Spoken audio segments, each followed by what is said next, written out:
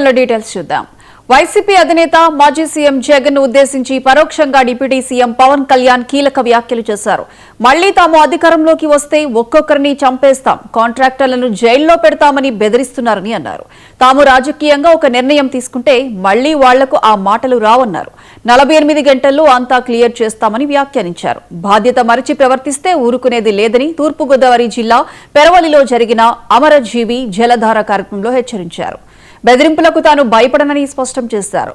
UP CM యోగి తరహాలో treatment ఇస్తే అందరూ సెట్ అవుతారని, కాలుకు కాలు కీలుకు కీలు తీస్తే ఆకు రౌడీలు దొరికేస్తారని వ్యాఖ్యానించారు. వాళ్ళు మాట్లాడుతూ ఉంటారు అంటే వాళ్ళకి ఈ సందర్భంగా వాటే తెలియజేయాలనుకుంటున్నా. మీరు అధికారంలో ఉన్నప్పుడు మీ బెదిరింపులకి మేము భయపడలేం. మీరు అధికారంలో ఉన్నప్పుడు మీరు చేసే దౌర్జన్యాలకి మేము భయపడలేం. అలాగే మిమ్మల్ని తగ్గించడం కూడా నాకు ఇష్టం లేదు.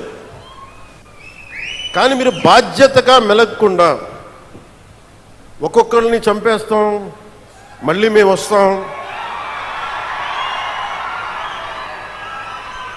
అని మీరు పిఠాపురం లాంటి చోట కూడా మీరు చిన్నపిల్లల మధ్యలో కాస్ట్ ఫీలింగ్స్ పట్టుకొస్తే మిమ్మల్ని మీ అధోగతికి నేను ఏం మాట్లాడను, మీ దిగజారుడుతనానికి నేను ఏం మాట్లాడను. ప్రకృతిని ప్రేమించేవాడు, దైవ తల్లిదండ్రులను గౌరవించేవాడు చేసే పనులా ఇవి? పిల్లలకి కులాలను పట్టుకొస్తామా, ఆపాదిస్తామా?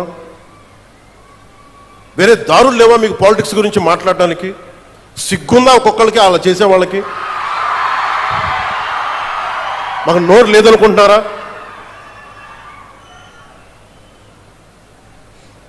కూర్చొని మీరు కాంట్రాక్ట్లు వేస్తే కాంట్రాక్ట్లు వేసిన వాళ్ళందరినీ మేము బెదిరించేస్తాం, జైల్లో పెడతామంటే ఏమనుకుంటున్నారా మీరంతా?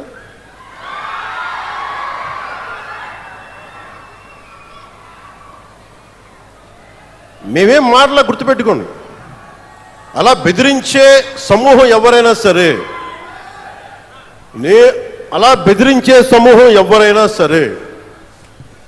మిగతా వారి గురించి నాకు తెలియదు. పవన్ కళ్యాణ్కి అధికారం ఉన్నా అధికారం లేకపోయినా పవన్ కళ్యాణ్ ఎప్పుడు పవన్ కళ్యాణ్ లాగే ఉంటాడు, భయపడ్డాం.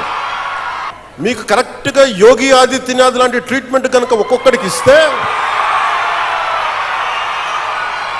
ఒక్కొక్కడికి రౌడిజం అంటే కాలు కాలు కీలు కీలు తీసి మడత పెట్టి కింద కూర్చోపెడితే, అప్పుడు కరెక్ట్గా చెప్తా, కరుడు గట్టిపోయిన జీవితకాలం ఒకే మనం వాళ్ళకి ఏకీభవించవచ్చు, ఏకీభవించకపోవచ్చు. నక్సలైట్స్ తోటి, వామపక్ష తీవ్రవాదులతో మనం ఏకీభవించవచ్చు, ఏకీభవించకపోవచ్చు.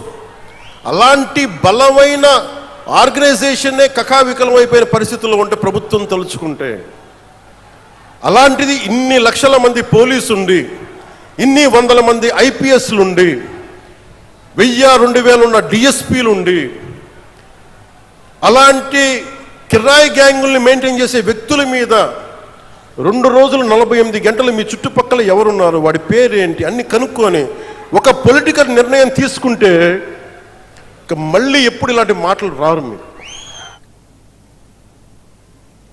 రాజకీయ